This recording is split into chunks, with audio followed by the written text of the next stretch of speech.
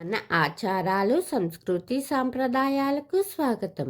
అందరూ ఎలా ఉన్నారు? నేనైతే చాలా బాగున్నాను. మీరు ఎలా ఉన్నారో కామెంట్ రూపంలో తెలియజేసండి. మరి వీడియో కోసం ఎదురు చూస్తున్నారా? వీడియోలోకి వచ్చేద్దామా? మరి ఈ వీడియోలో మనం తెలుసుకోబోయేది ధర్మం అంటే ఏంటి, అధర్మం అంటే ఏమిటి, నిజమైన జీవితం ఎప్పుడు మొదలవుతుంది చూసేద్దామా? మరి మనిషి జీవితంలో ఒక పెద్ద ప్రశ్న ఏంటంటే, నేను చేస్తున్నది సరైనదా తప్ప? ధర్మం అంటే నిజంగా ఏమిటి? నిజమైన జీవితం ఎప్పుడు మొదలవుతుంది? చాలామంది ఈ ప్రశ్నలకు సమాధానం లేకుండా జీవితాన్ని గడుపుతారు. కానీ ఈరోజు మీరు ఈ వీడియోలో పూర్తి చేసే మీ జీవితాన్ని మార్చే నిజం తెలుసుకుంటారు. ధర్మం అంటే ఏమిటి? ధర్మం అంటే కేవలం పూజలు చేయడం మాత్రమే కాదు. ధర్మం అంటే నీ కర్తవ్యం. ఒక తల్లి తన పిల్లల్ని ప్రేమగా చూసుకోవడం అది ధర్మం. ఒక గురువు విద్యార్థులను నిజాయితీగా బోధించడం అది ధర్మం. ఒక మనిషి నిజం మాట్లాడడం అది కూడా ధర్మం. ధర్మం, నిజం, కర్తవ్యం, న్యాయం. మనస్సులో మంచి ఆలోచన, మాటలలో నిజం, పనిలో న్యాయం. ఇవి కలిపి ధర్మం అవుతుంది. చిన్న ఉదాహరణ తెలుసుకుందామా? ఒకరోజు మీరు రోడ్డుపై వెళ్తున్నారు. మీ ముందు ఒక వృద్ధుడు పడిపోతాడు. మీరు అతన్ని లేపితే అది ధర్మం అవుతుంది. చూసి వెళ్ళిపోతే అది అధర్మం. అంటే ధర్మం అంటే పెద్ద పెద్ద పనులు కాదు, చిన్న చిన్న మంచి పనులే నిజమైన ధర్మం. అధర్మం కోసం తెలుసుకుందామా? అధర్మం అంటే ఏమిటి? నిజం తెలిసి కూడా తప్పు చేయడం, ఇతరులను బాధ పెట్టడం, మోసం చేయడం, స్వార్థం కోసం ఎవరికైనా నష్టం చేయడం, ఇవి అన్నీ అధర్మం. అధర్మం ఎప్పుడు మొదట మంచిగా కనిపిస్తుంది, కానీ చివరికి నాశనం చేస్తుంది. ఉదాహరణ తెలుసుకుందామా? చిన్నది. అబద్ధం చెప్పి ఒకసారి మీరు బయటపడవచ్చు, కానీ ఆ అబద్ధం మళ్ళీ మళ్ళీ చెప్పాల్సి వస్తుంది. చివరికి మీరే నమ్మలేని స్థితికి చేరుకుంటారు.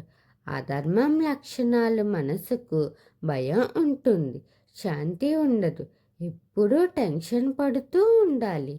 ధర్మం, అధర్మం శాంతి ఇస్తుంది, గౌరవం తెస్తుంది, దీర్ఘకాలం సంతోషం ఇస్తుంది. అధర్మం తాత్కాలిక ఆనందం, తర్వాత బాధ, చివరికి నష్టం. జీవిత సత్యం ఏంటి అంటే, ధర్మం మార్గం కష్టం కానీ ఫలితం, అధర్మం మార్గం సులువు కానీ ఫలితం ప్రమాదం. ధర్మం అధర్మం కోసం పురాణాల ప్రకారం ఒక చిన్న ఉదాహరణ తెలుసుకుందామా? మరి భగవద్గీతలో శ్రీకృష్ణుడు ఒక మహాసత్యాన్ని చెప్పాడు. స్వధర్మే నిదానం శ్రేయః, పరధర్మో భయావహ. స్వధర్మం అంటే మనకు సంబంధించిన కర్తవ్యం, మన బాధ్యత. పరధర్మం అంటే ఇతరుల పని, ఇతరుల మార్గం. ఈ శ్లోకం చెప్పే సత్యం, మన పని చిన్నదైనా మనదే గొప్పది. ఇతరుల పని గొప్పగా కనిపించినా అది మనది కాదు. ఈ మాటలు శ్రీకృష్ణుడు అర్జునుడుకు చెప్పాడు. అర్జునుడు యుద్ధంలో భయపడ్డాడు. తన వాళ్ళతో యుద్ధం చేయలేనని అనుకున్నాడు. అప్పుడు శ్రీకృష్ణుడు చెప్పింది, నీ ధర్మం యోధుడిగా యుద్ధం చేయడం. నువ్వు దానిని వదిలేస్తే అది అధర్మం అవుతుంది. అంటే పరిస్థితులు ఎలా ఉన్నా మన కర్తవ్యాన్ని వదలకూడదు అని. రామాయణం ప్రకారం శ్రీరాముడు రాజ్యం వదిలేసి తన తండ్రి కోసం అడవికి వెళ్ళాడు.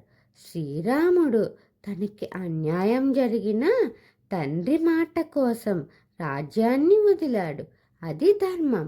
నిజమైన జీవితం ఎక్కడ మొదలవుతుంది? డబ్బు సంపాదించినప్పుడు కాదు, పేరు వచ్చినప్పుడు కాదు.